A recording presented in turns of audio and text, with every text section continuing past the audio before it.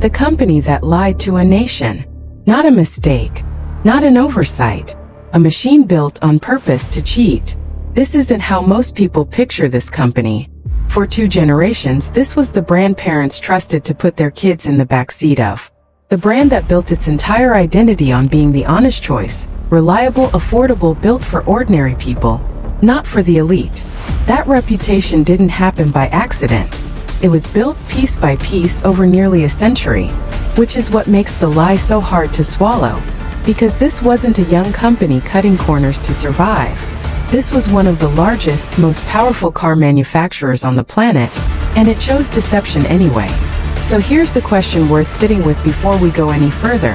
How does a company survive a world war, survive scandal after scandal, build one of the most trusted names on earth, and still end up in a room admitting it built a machine to lie to an entire country? To understand that, we have to go back to the very beginning. Because the truth is, this company was built on a lie from day one. This one just happened to be the one that finally caught up with it. In the 1930s, the pitch was simple, and it was aimed directly at working-class families who had never been able to afford a car in their lives. A car for the people. Affordable. Reliable. Built so that an ordinary factory worker could own one, not just the wealthy. The price was set at 990 marks. A little over $6,000 in today's money. But most working families didn't have that kind of cash sitting around. So the company came up with a savings plan. Pay 5 marks a week every week, and in a little under 4 years your car would be paid off and waiting for you. It worked. More than 300,000 ordinary citizens signed up. Every week they set aside money they didn't have much of to spare, trusting that a car was coming. None of them ever got one. In 1939, the country that built this company invaded Poland, and the factory that was supposed to be building affordable cars for working families was converted instead to wartime production. The savings of 300,000 people vanished into a war effort they never agreed to fund. And what followed was far worse than a broken promise. The factory relied on forced labor. Men and women taken from occupied territories and worked under brutal conditions to keep production running. This isn't a footnote in the company's history. It's the foundation. We're not going to dramatize this part. The facts do the work on their own. A company that marketed itself as being for the people was, from its very first years, willing to sacrifice actual people, their savings, their labor, their safety, the moment it became convenient. That's the pattern worth remembering as we move forward, because it doesn't end in the 1940s, it just goes quiet for a while. After the war, the factory was in ruins, sitting in the British occupation zone, and by most reasonable predictions that should have been the end of the story. Instead, under Allied oversight, production restarted. And what followed wasn't just a rebuilding of a factory. It was a rebuilding of an image. The company needed the world to forget where it came from. So it did what struggling institutions have always done.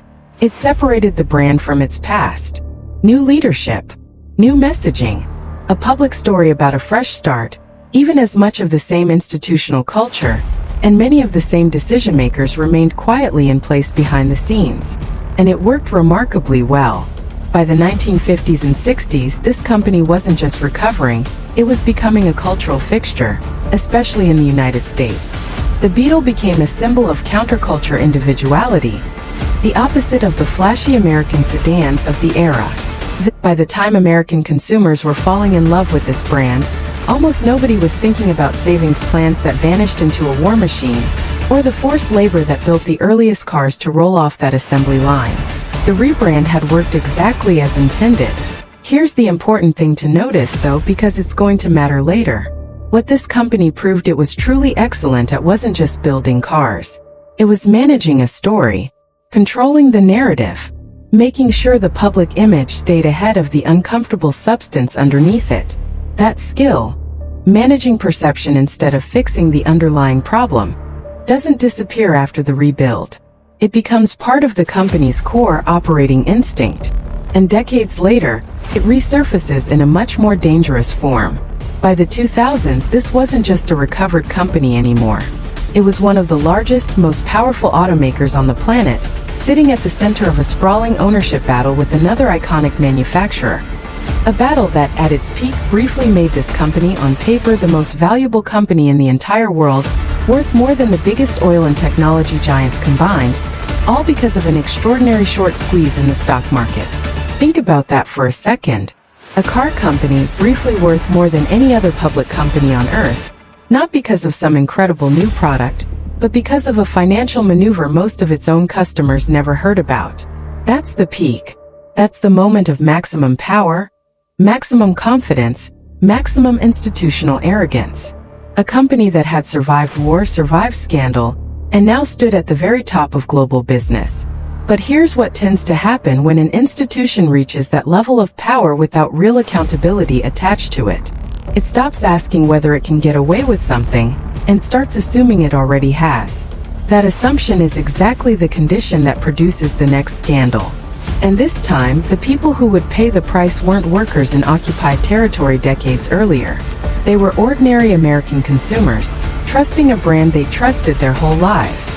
Here's where the story turns from history into something closer to betrayal.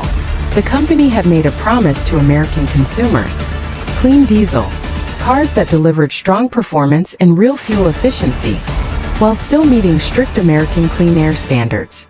It was a compelling pitch and hundreds of thousands of Americans bought it, literally. There was just one problem. The engineers couldn't actually make it work.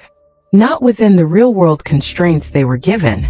So instead of going back to leadership and admitting the promise couldn't be kept, the company chose the same instinct it had relied on for generations. Manage the story. Don't fix the substance. Engineers were directed to build software, specifically designed to detect when a vehicle was undergoing an emissions test, and to alter the car's performance during that window to pass. The moment the test ended and the car returned to the open road, the software switched back, and the vehicle emitted pollutants at levels many times higher than what regulators had been shown. This wasn't one rogue engineer making a bad call under pressure. This was systemic, deliberate, built into millions of vehicles, sold directly to American families who believed they were making an environmentally responsible choice. And the company didn't get caught by its own internal review process. It got caught because independent researchers, running real-world emissions tests completely unrelated to any company oversight, noticed the numbers didn't add up. They followed the discrepancy until it led them straight to the deception. Sit with that for a moment. A company that spent decades building a reputation as the honest, reliable people's choice caught, not by its own conscience, but by outsiders who simply refused to stop asking questions. What followed was one of the most expensive corporate reckonings in automotive history. Tens of billions of dollars in fines, settlements, and vehicle buybacks. Criminal charges brought against individual executives. A reputation built over generations, cracked open in a matter of months. And yet, here's the part that should genuinely unsettle you. The company survived. It remains one of the largest automakers on Earth today. Profitable. Global.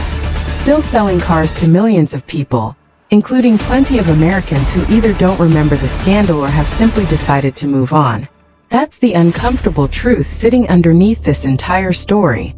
For an institution of this size, a historic scandal isn't necessarily an ending. Sometimes it's just an expensive cost of doing business. This is a company that once needed the world's forgiveness for the darkest possible version of institutional betrayal. Decades later, it proved that survival, not honesty, was always the real lesson it had learned from its own history. The question worth carrying with you isn't really about cars or emissions, or even this one company. It's about how many institutions we trust today are running on the exact same instinct. Manage the story, protect the brand, and worry about the truth only if you get caught. If you're the kind of person who actually wants to understand how power really works behind the scenes, not the sanitized version, the real one, hit subscribe now, because this channel exists to pull back that curtain on one company after another. And if this story's got you hooked already, drop a comment telling me which company's downfall you want covered next. I read every single one.